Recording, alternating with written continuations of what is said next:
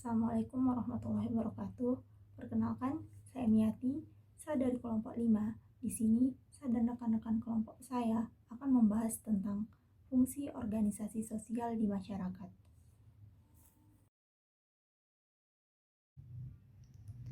Adapun definisi dari organisasi sosial itu sendiri, yaitu merupakan perkumpulan sosial yang dibentuk oleh masyarakat, baik yang berbadan hukum maupun tidak berbadan hukum, yang berfungsi sebagai sarana partisipasi masyarakat dalam pembangunan bangsa dan negara.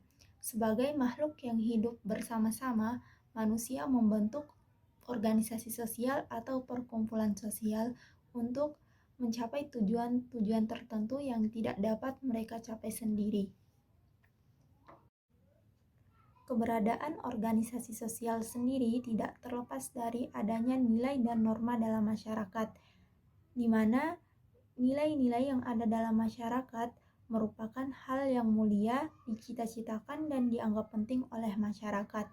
Oleh karena itu, untuk mewujudkan dan menjalankan nilai sosial tersebut, masyarakat merumuskan suatu aturan-aturan yang tegas yang dapat membatasi segala kegiatan manusia dalam kehidupan bermasyarakat yang disebut dengan norma sosial, di mana kumpulan dari nilai dan norma tersebut akan dapat membentuk sistem norma yang menjadi awal mula terbentuknya organisasi sosial.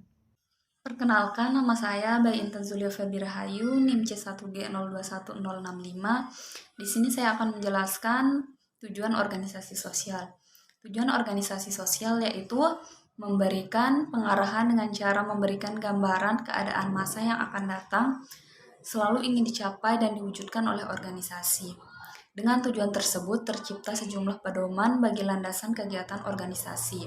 Tujuan organisasi meliputi hal-hal yang ingin dicapai organisasi seperti yang pertama, menyelesaikan pekerjaan, yang kedua, memecahkan masalah, yang ketiga, mempertahankan dan memperbesar output, dan yang keempat, memperbaiki cara kerja organisasi sosial seefisien mungkin. Assalamualaikum warahmatullahi wabarakatuh. Saya Dimas Ariski. Di sini saya akan melanjutkan materi ketiga, yaitu karakteristik organisasi sosial. Berdasarkan pengertian organisasi sosial yang telah dibahas sebelumnya, kita dapat mengetahui bahwa organisasi sosial pasti ada di tengah masyarakat selama masyarakat tersebut masih ingin menegakkan nilai dan norma yang ada di tengah mereka. Organisasi sosial yang ada di masyarakat sendiri tentunya memiliki karakter yang berbeda dengan unsur masyarakat lainnya. Adapun menurut Steiner dan Bellerson 1964, karakteristik organisasi sosial dalam masyarakat dapat diuraikan seperti berikut. Hierarki, yaitu terdapat pola wewenang dan kekuasaan yang terstruktur menyerupai piramida, yang dimana di dalamnya terdapat bagian tertentu dengan wewenang dan kekuasaan yang lebih tinggi dibandingkan bagian lainnya. Formalitas, yaitu dalam organisasi sosial terdapat aturan, prosedur, ketetapan, kebijakan, strategi, tujuan, dan lainnya sebagai panduan untuk menjalankan organisasi tersebut. Selanjutnya yaitu ukuran organisasi. Di dalam organisasi yang memiliki anggota dalam jumlah besar, hubungan di antara anggota cenderung kurang intens. Oleh karena itu, organisasi yang lebih efektif umumnya adalah yang berukuran kecil. Yang terakhir yaitu durasi, yaitu keberadaan suatu organisasi lebih lama dibandingkan dengan durasi anggota yang bergabung dalam organisasi tersebut.